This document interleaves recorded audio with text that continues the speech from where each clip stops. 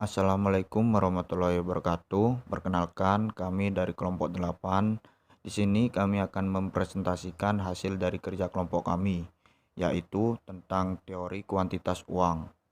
Sebelum kami mempresentasikan hasil dari kerja kelompok kami, perkenalkan masing-masing dari kelompok kami, yaitu yang pertama Nur Anissa, dan yang kedua Zulfikar, dan yang terakhir adalah Muhammad Aufal Marom.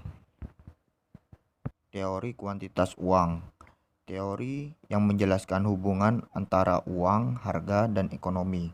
Hubungan ini menjelaskan bagaimana tingkat inflasi, yaitu dengan cara mengendalikan jumlah uang yang beredar, atau quantitative theory of money.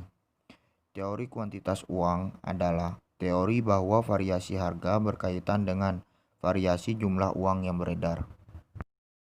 Perumusan teori kuantitas uang.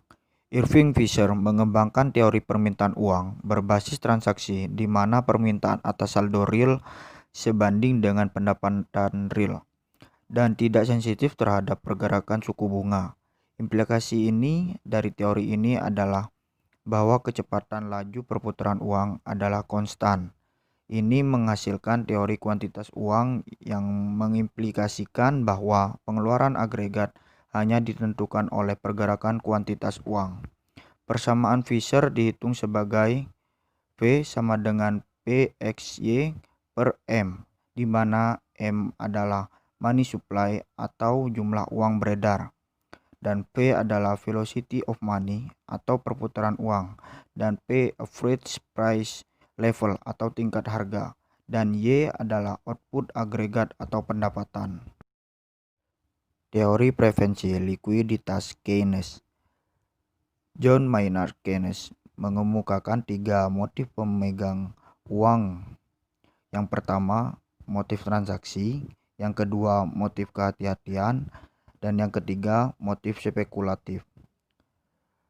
Teori preferensi likuiditas yang dihasilkannya memandang transaksi dan komponen kehati-hatian dari permintaan uang sebanding dengan pendapatan.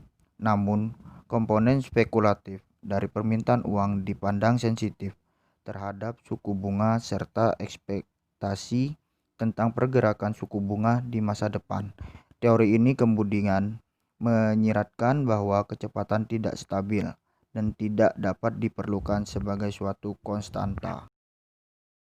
Yang pertama, motif transaksi. William Baumol dan John Stopin secara independen mengembangkan permintaan model uang yang serupa yang menunjukkan bahwa saldo uang yang disimpan untuk tujuan transaksi pun sensitif terhadap tingkat suku bunga. Dalam mengembangkan model mereka mempertimbangkan individu hipotetis yang menerima pembayaran sekali dalam satu periode dan membelanjakannya selama periode ini. Dalam modelnya, uang yang menghasilkan bunga nol disimpan hanya karena dapat digunakan untuk melakukan transaksi. Yang kedua, motif kehati-hatian. Membahas manfaat memegang saldo uang dengan kehati-hatian, tetapi mempertimbangkan manfaat ini harus menjadi biaya peluang dari bunga yang hilang dengan memegang uang. Oleh karena itu, kami memiliki trade-off yang serupa dengan saldo transaksi yang meningkat. Sehingga kepemilikan saldo uang ini turun, kami kemudian mendapatkan hasil yang serupa dengan yang ditemukan untuk analisis Baumol-Chopin. Permintaan kehati-hatian akan uang berhubungan negatif dengan suku bunga. Yang ketiga, motif spekulasi. Analisis Keynes tentang permintaan spekulatif akan uang ini menunjukkan bahwa seseorang hanya memegang uang sebagai penyimpan kekayaan ketika pengembalian yang diharapkan dari obligasi kurang dari pengembalian uang yang diharapkan, dan hanya memegang obligasi ketika pengembalian yang diharapkan dari obligasi lebih besar dari pengembalian uang yang diharapkan. Hanya ketika orang mengharapkan pengembalian obligasi dan uang yang persis sama contoh yang jarang terjadi, barulah mereka akan memegang keduanya. Oleh karena itu, analisis Keynes menyiratkan bahwa secara praktis tidak ada orang yang memiliki portofolio obligasi dan uang yang terdiversifikasi secara bersamaan sebagai penyimpan kekayaan. Karena diversifikasi tampaknya merupakan strategi yang masuk akal untuk memilih aset mana yang akan dipegang, fakta bahwa hal itu jarang terjadi di dalam analisis Keynes adalah kelemahan serius teorinya tentang permintaan spekulatif akan uang. Pengembangan lebih lanjut pendekatan Keynes. Perkembangan lebih lanjut dalam pendekatan Keynesian memberikan rasional yang lebih baik untuk 3 motif Keynesian dalam memegang uang. Suku bunga dianggap penting untuk transaksi dan komponen pencegahan dari permintaan uang serta komponen spekulatif. Teori kuantitas uang, Friedman's Money.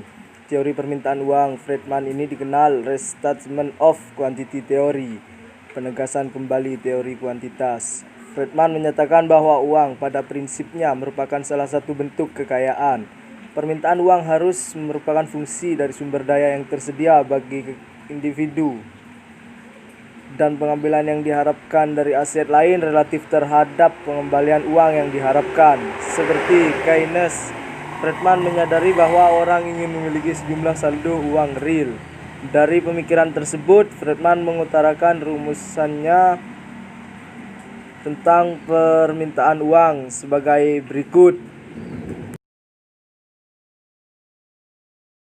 Seorang individu dapat memiliki kekayaan dalam beberapa bentuk selain uang. Friedman mengkategorikannya menjadi 3 jenis aset. Yang pertama obligasi, dan yang kedua ekuitas, saham biasa, dan yang ketiga adalah barang. Insentif untuk memegang aset ini daripada uang diwakili oleh pengembalian yang diharapkan dari masing-masing aset ini relatif terhadap pengembalian uang yang diharapkan. Sebagai istilah dalam fungsi permintaan uang, asumsi bahwa uang dan barang merupakan substitusi menunjukkan bahwa perubahan jumlah uang dapat berdampak langsung pada pengeluaran agregat. Friedman percaya bahwa permintaan uang stabil dan tidak sensitif terhadap pergerakan suku bunga.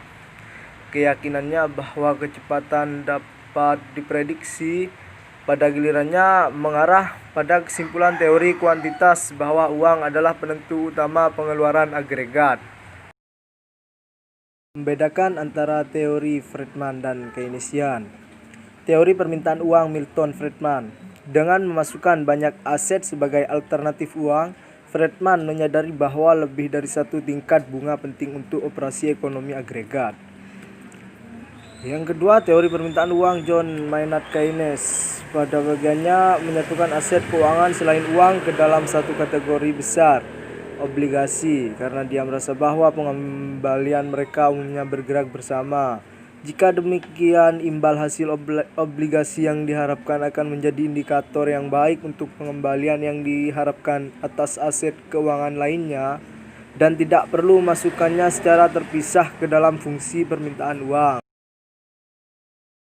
Bukti empiris tentang permintaan uang, bahwa uang merupakan bagian sangat penting dalam menjalankan roda perekonomian, karena uang adalah penentu utama dan pengaruh kesimpulan yang besar, di mana kuantitas uang adalah penentu utama dari pengeluaran agregat.